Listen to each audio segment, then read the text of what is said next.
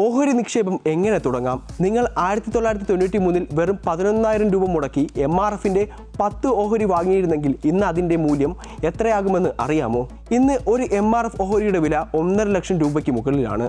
അതായത് അന്ന് നിങ്ങൾ നിക്ഷേപിച്ച ആ തുക ഇന്ന് ഏകദേശം 15 ലക്ഷം രൂപയായി വളരുമായിരുന്നു. ഇതാണ് ഓഹരി വിപണിയുടെ കരുത്ത്.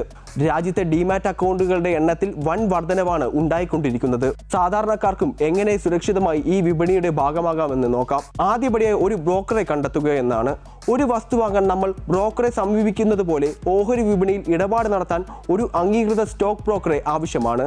ഒരു നല്ല ട്രേഡിംഗ് ആപ്പ് തിരഞ്ഞെടുക്കുകയാണ് ആദ്യപടി. ബ്രോക്കറേജ് ചാർജുകളും വാർഷിക മെയിൻ്റനൻസ് തുകയും കുറവുള്ള പ്ലാറ്റ്ഫോം തിരഞ്ഞെടുക്കാൻ പ്രത്യേകം ശ്രദ്ധിക്കണം. ബാങ്ക് അക്കൗണ്ട് പോലെ തന്നെ ഓഹരി വാങ്ങി സൂക്ഷിക്കാൻ ഒരു ഡിമാറ്റ് അക്കൗണ്ടും ആവശ്യമാണ്. വെറും 15 മിനിറ്റിനുള്ളിൽ ഓൺലൈനായി തന്നെ ഇത് തുടങ്ങാം. Pan card, email ID, bank account വിവരങ്ങൾ എന്നിവയാണ് പ്രധാനമായും വേണ്ടത്.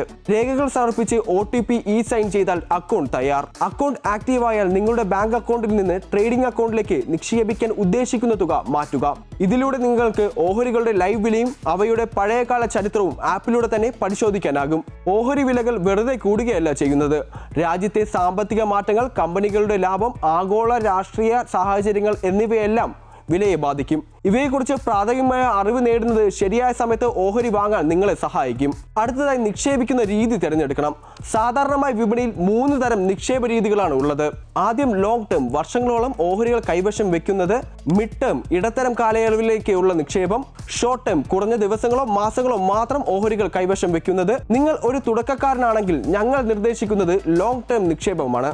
ഇത് റിസ്ക് കുറയ്ക്കാനും മികച്ച ലാഭം നേടാനും സഹായിക്കും. വിപണി എപ്പോഴും ലാഭം തരണമെന്നില്ല. വലിയ നഷ്ടം ഒഴിവാക്കാൻ ഒരു സ്റ്റോപ്പ് ലോസ് വില മുൻകൂട്ടി നിശ്ചയിക്കുക. ഓഹരി വില നിങ്ങൾ നിശ്ചയിച്ച പരിധിയിലും താഴെ പോയാൽ അത് താനെ വിൽക്കപ്പെടും. ഇത് നിങ്ങളുടെ വലിയൊരു തുക നഷ്ടപ്പെടാതെ സംരക്ഷിക്കും. പ്രധാനമായി തുടക്കക്കാർ ശ്രദ്ധിക്കാനുള്ളത് യൂട്യൂബ് നോക്കി എടുത്തു ചാടരുത്. ആരെങ്കിലും കോടികൾ ഉണ്ടാക്കി എന്ന് കേട്ട് മാത്രം പണം നിക്ഷേപിക്കരുത്. സ്വന്തമായി പഠിച്ച ശേഷം മാത്രം തുടങ്ങുക. ചെറിയ തുകയിൽ തുടങ്ങാം. നിക്ഷേപം തുടങ്ങാൻ ലക്ഷങ്ങളൊന്നും വേണ്ട. വെറും 500 രൂപ ഉണ്ടെങ്കിൽ നിങ്ങൾക്ക് തുടക്കമിടാം. ഡേ ട്രേഡിംഗ് ഒഴിവാക്കുക. തുടക്കക്കാർ പെട്ടെന്ന് ലാഭമുണ്ടാക്കാൻ ഡേ ട്രേഡിങ്ങിന് പോകരുത്. നല്ല ഓഹരികൾ വാങ്ങി ദീർഘകാലത്തേക്ക് നിക്ഷേപിക്കുന്നതാണ് എപ്പോഴും സുരക്ഷിതം. തുടക്കത്തിൽ വിപണിയിൽ നിലയുറച്ച വലിയ കമ്പനികളുടെ ഓഹരികളിൽ മാത്രം നിക്ഷേപിക്കുക. സാമ്പത്തിക സാക്ഷരത നേടുക എന്നതാണ് ഏറ്റവും വലിയ നിക്ഷേപം. സാമ്പത്തിക വാർത്തകൾ ശ്രദ്ധിക്കുകയും നിങ്ങളുടെ റിസ്ക് എടുക്കാനുള്ള ശേഷി മനസ്സിലാക്കി മാത്രം നിക്ഷേപിക്കുകയും ചെയ്യുക.